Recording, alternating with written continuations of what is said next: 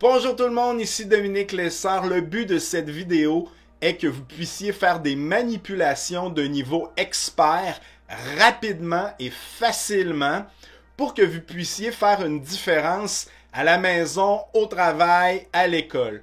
Prenez cet exemple concret. Une fonction extrêmement pratique dans Microsoft Office est d'importer des tableaux directement à partir de sites web. Ici, je suis sur Wikipédia et voici des tableaux qui sont dans la page Wikipédia. Ce que je peux faire, c'est dans Microsoft Excel, je sélectionne une case et je vais ici dans l'onglet Données et ce bouton à partir du web. Et là, je vais simplement copier l'adresse URL du site web Wikipédia et cliquer sur OK. Le navigateur s'ouvre et on peut naviguer dans les tableaux qui sont sur le site Wikipédia et les importer directement.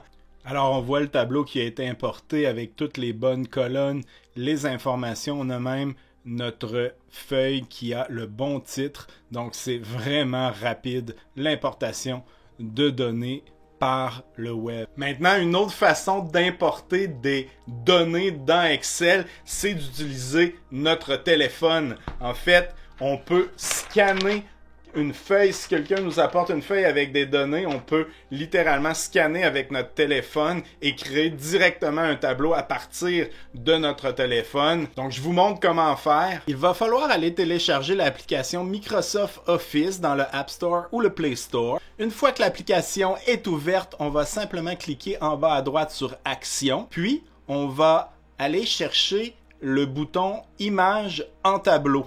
Et là, on a simplement à cadrer notre tableau de données et scanner et on va pouvoir recadrer la portion qui nous intéresse pour générer le tableau directement dans Excel. Après avoir corrigé quelques erreurs au scan, on génère notre tableau et voilà. Maintenant, une astuce essentielle qui va vous faire sauver beaucoup de temps, qui est comment déplacer une colonne. En fait, je ne peux pas prendre la colonne et l'amener ici simplement.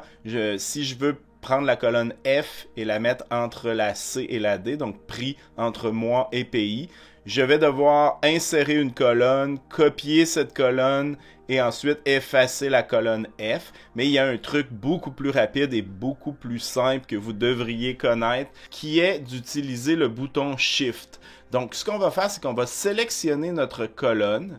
Ensuite, on va cliquer sur Shift sur le clavier.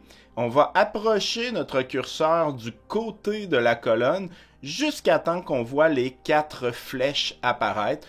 Une fois qu'on a nos 4 flèches, on clique sur la souris, bouton de gauche, et on va déplacer notre colonne. Et là, on va avoir ces bandes vertes qui vont apparaître entre les colonnes. Et on a simplement à lâcher le bouton de la souris. Et voilà, ma colonne a été déplacée au complet très rapidement. Alors voici un truc de pro qui vous permet de sauver beaucoup de temps pour ajuster la largeur des colonnes. En fait, vous pouvez sélectionner ici la colonne et l'ajuster manuellement comme ça et faire ça pour toutes vos colonnes. Mais si vous avez beaucoup de colonnes, ça peut prendre beaucoup de temps. Un petit truc, pour une seule colonne, au lieu d'y aller manuellement comme ça, ce qu'on peut faire, c'est y aller automatiquement. Ce qu'on va faire, c'est qu'on sélectionne la colonne et on va ici, dès que l'icône des 2 flèches apparaît, on double-clique et voilà, on a un ajustement automatique. Mais ma façon favorite et que la plupart des professionnels vont utiliser, c'est d'aller cliquer ici à gauche. Donc, on clique sur la flèche à gauche. Donc, tout est sélectionné. Et là, on va faire n'importe où un ajustement en double-cliquant dès qu'on a l'icône avec les 2 flèches et tout s'ajuste automatiquement directement. Alors, pour remplir des colonnes de chiffres, c'est simple. On écrit 1 et là, on a 2 choix. On peut soit faire sélection, on fait le petit plus en bas à droite, on tient la touche contrôle et on descend. Et ça va faire une série de chiffres. Ce qu'on peut faire aussi, c'est commencer une série, donc faire 1, 2, et là, sélectionner les 2 cases et simplement descendre. Et là, on va avoir notre série de chiffres. Donc, pour des petites séries, c'est simple, de 1 à 10 ou un petit peu plus. Mais si on veut faire de 1 à 10 000, ça va être très long de descendre la barre jusqu'à 10 000. Donc, ce qu'on va faire, c'est qu'on va écrire 1. On va aller ici à droite. On va faire recopier. On va descendre dans série ici. Et là, on va sélectionner colonne, puisqu'on veut faire une colonne de 1 à 10 000. Et on va faire OK. Et voilà, on a notre série qui est très longue jusqu'à 10 000. Maintenant, une astuce extrêmement pratique qui vous permet d'impressionner vos collègues très rapidement et très facilement. En fait, on va utiliser l'analyse rapide. On va sélectionner l'ensemble de nos données et on va avoir un petit icône en bas ici à droite qui est l'analyse rapide. On clique. Et là, en fait, on a des mises en forme, des graphiques, des totaux qui nous sont offerts par rapport à nos données. Donc, on peut les appliquer en un seul clic. Et comme l'information nous l'indique, la mise en forme est conditionnelle et utilise des règles pour mettre en évidence les données intéressantes de notre ensemble de données. Donc, on a simplement à cliquer et voilà, ce qui va donner un peu de piquant à notre tableau de données. Et c'est très simple et très rapide à appliquer. Je prends cette petite pause pour vous dire d'aller voir sur mon site web lefiltre.com car maintenant j'ai un blog et les formules et informations de cette vidéo se retrouvent dans le blog. Vous pouvez faire des copier-coller, c'est bien pratique. Mais vous pouvez aussi vous inscrire à mon infolettre sur lefiltre.com où vous recevrez aux 2 semaines environ des choses que j'ai découvertes dans ma semaine, des sites web, des logiciels, des applications, toutes sortes de choses. Je vous envoie des idées. Aux 2 semaines, un petit courriel très court. Allez sur lefiltre.com pour voir ça. Et on continue avec d'autres astuces extrêmement pratiques. La fonction somme est certainement la fonction la plus utilisée d'entre tous, mais saviez-vous qu'il y a des façons plus professionnelles de l'utiliser? En fait, la façon standard va être d'écrire égal S-O-M-M-E pour somme. On ouvre la parenthèse et on sélectionne nos données. Ensuite, on peut faire Enter ou crochet vert pour avoir notre somme. Mais il y a beaucoup plus simple. On peut aller dans l'onglet Accueil et sélectionner Somme automatique et ensuite Enter ou crochet. Et voilà, on a notre somme. Mais ma façon préférée et qui est vraiment la plus professionnelle va être de sélectionner notre case, faire Alt et égal, et voilà directement notre somme. On peut utiliser la fonction somme de différentes façons.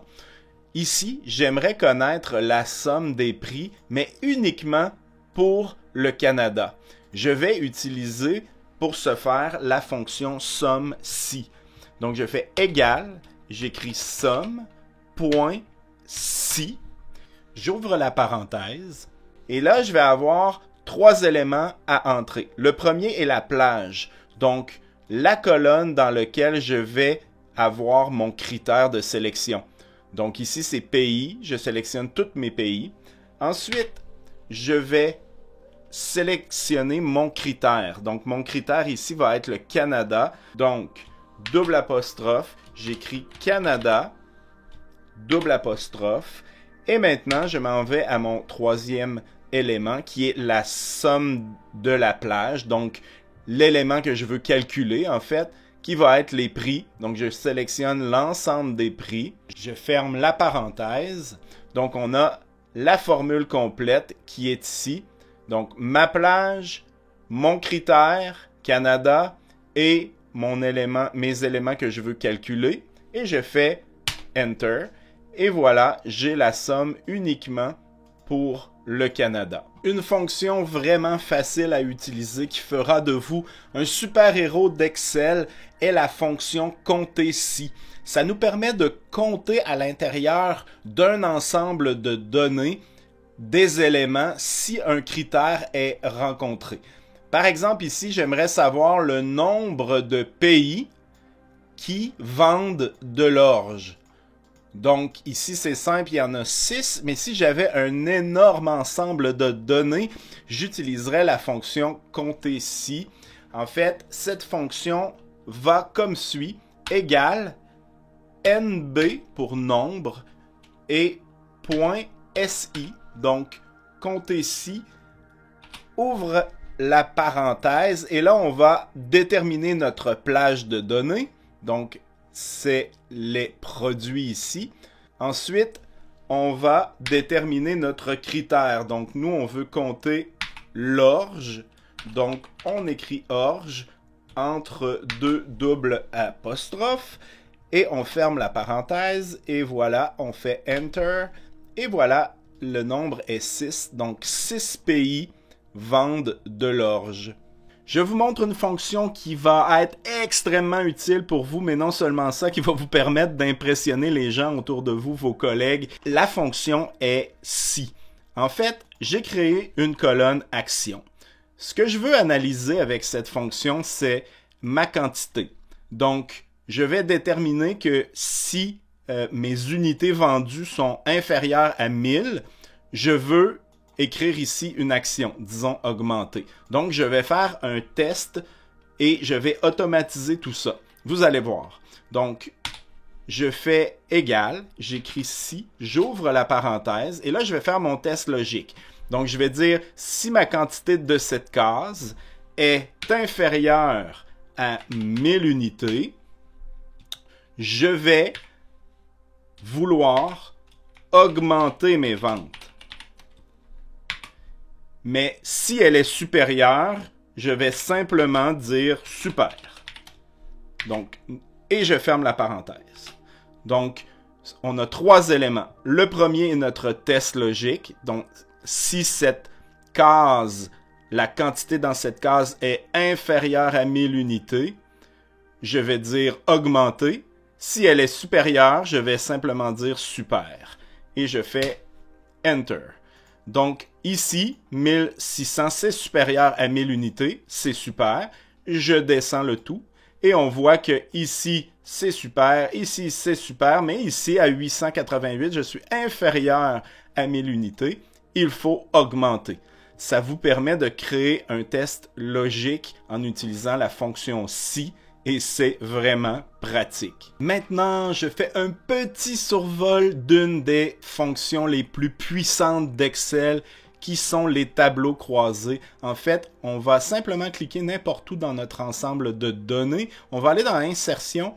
Et ici, on a 2 boutons en haut à gauche. Tableau croisé recommandé, vous pouvez cliquer dessus et il va vous recommander directement différents tableau. Vous pouvez explorer cette fonction, mais ce qu'on va regarder, c'est vraiment les tableaux croisés dynamiques qui sont ici. On clique et on a cette petite interface. On fait simplement OK et on va avoir une nouvelle feuille de calcul qui va générer notre tableau qu'on va créer. Et ce que ça fait, les tableaux croisés dynamiques, c'est nous permettre de faire des tableaux sans avoir à utiliser des fonctions. Et ça fait beaucoup plus que ça. Je pourrais faire une vidéo dédiée uniquement aux tableaux croisés dynamiques, mais je vous le montre en survol ici. Donc, ce qu'on va faire, c'est qu'on va vouloir sélectionner ici nos données. Donc, disons que je veux prendre les pays. Je vais l'envoyer ici. J'ai différentes cases où je peux simplement descendre mes données ici. Je vais l'envoyer dans la ligne ici comme ça. Je le laisse simplement tomber et on voit que là, j'ai les pays qui sont dans mon ensemble de données. Et là, disons que je voudrais calculer automatiquement la quantité vendue pour chaque pays. Ben, au lieu d'entrer des formules, je vais simplement prendre quantité ici et l'envoyer dans valeur. Et on voit que j'ai automatiquement le cumul de toutes les sommes de quantité vendues par pays qui est automatiquement généré comme ça ici. Et je vous dis, la meilleure façon, c'est d'explorer les tableaux croisés dynamiques. Donc, amusez-vous à tester différentes combinaisons. Je vous montre aussi ici, si vous allez dans l'analyse du tableau croisé dynamique et vous allez tout au bout ici dans graphique croisé dynamique, c'est un autre volet vraiment important où on va pouvoir utiliser des graphiques de visualisation générés automatiquement. Donc, je peux visualiser directement mes données dans un tableau qui est lié à mes données ici. Donc, je peux vraiment aller créer des feuilles complexes très rapidement avec les tableaux croisés dynamiques. Un conseil pour vous, mettez cette vidéo en raccourci dans votre navigateur. Lorsque vous travaillez sur Excel, vous pouvez revenir et voir les formules et les informations. Et merci d'avoir regardé cette vidéo. Si vous désirez en apprendre davantage, regardez cette vidéo. Vous ne serez pas déçus. Vous allez voir, il y a beaucoup d'informations. Et merci d'avoir été là. On se revoit la semaine prochaine pour une nouvelle vidéo.